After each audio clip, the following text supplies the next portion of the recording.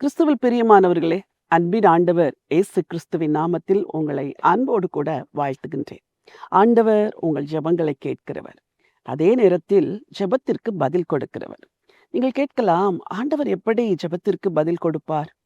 நீங்கள் ஜெபித்து முடித்த பிறகு மனதில் உண்டாகிற ஒரு பெரிய மகிழ்ச்சி, ஒரு சமாதானம், அது தேவன் ஜெபத்திற்கு பதில் கொடுத்தார் என்பதுக்கு அடையாளம்.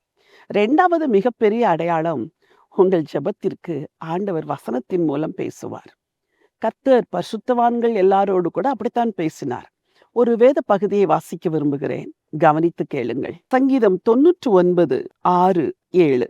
அவருடைய ஆசாரியரில் மோசேயும் ஆரோனும் அவர் நாமத்தை பற்றி கூப்பிடுகிறவர்களில் சாமுவேலும் கர்த்தரை நோக்கி கூப்பிட்டார்கள். அவர் அவர்களுக்கு மறு உத்தரவு அருளினார். மேக ஸ்தம்பத்திலிருந்து அவர்களோடே பேசினார். அவர்கள் அவருடைய சாட்சி பிரமாணங்களையும் அவர் தங்களுக்கு கொடுத்த கட்டளைகளையும் கை கொண்டார்கள். என்ன அற்புதமான வார்த்தை! தேவனுடைய பரிசுத்தவான்கள் தேவனை நோக்கி கூப்பிடுகிறார்கள். அவர்களுக்கு மறு உத்தரவு அருளுகிறார். மேகஸ்தம்பத்திலிருந்து அவர்களோடு கூட பேசுகிறார். அதை அடுத்து வசனம் சொல்கிறது, அவருடைய கட்டளைகளை கை கொண்டார்கள் என்று. இவர்கள் கூப்பிடுகிறார்கள், கர்த்தர் ஜெபத்தை கேட்கிறார், மறு உத்தரவு அருளுகிறார், மேகஸ்தம்பத்திலிருந்து பேசினாராம். இன்றைக்கு பிரத்யட்சமாய் தேவன் எல்லாரோடு கூட அப்படி பேசுவதில்லை. ஆனால் எழுதப்பட்ட வசனம் இருக்கிறதே, இந்த வசனத்தை கொண்டு தேவன் இன்றும் பேசுகிறவர். ஒவ்வொரு நாளும் நீங்கள் அதிகாலையிலும் இரவிலும் அல்லது எப்பொழுதெல்லாம் நேரம் கிடைக்கும் பொழுதும் ஆண்டவரிடத்தில் விண்ணப்பிக்கிறீர்களோ, விண்ணப்பித்து முடித்து விட்டு ஒரு வேத பகுதியை வாசிப்பது நலமாயிருக்கும். ஒருவேளை நீங்கள் இப்பொழுதுதான் ஆண்டவரை ஏற்றுக்கொண்ட ஒரு நபராயிருப்பீர்கள் என்றால், ஒரு சங்கீத பகுதி, ஒரு நீதிமொழிகள், அல்லது மத்தேயு, மாற்கு, லூக்கா, யோவான் என்ற சுவிசேஷ புத்தகங்கள், இதை போன்ற புத்தகங்களை நீங்கள் படிக்கலாம். வரிசையாயும் கிரமமாயும் படிக்கும் பொழுது ஆண்டவர் அதிலிருந்து பேசுவார். முடிவிலே வசனம் சொல்கிறது, அவர் தங்களுக்கு கொடுத்த கட்டளைகளை கை கொண்டார்கள். ஆண்டவர் பேசுகிறவர்.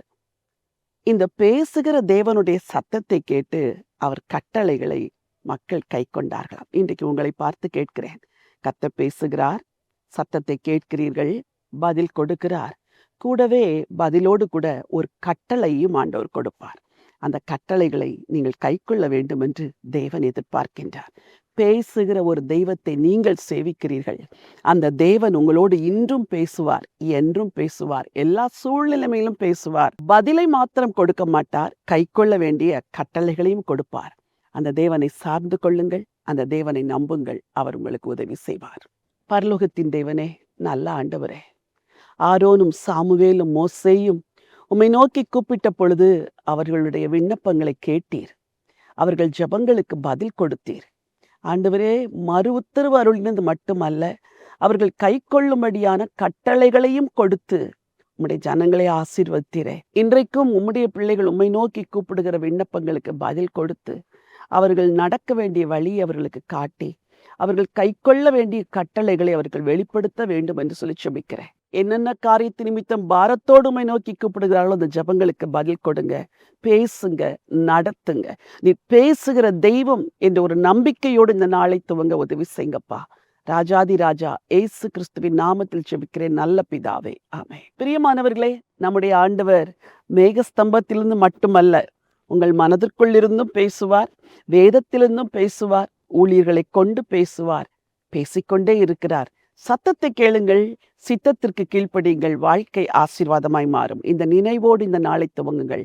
இந்த நாள் ஒரு வெற்றியின் நாள். God bless you.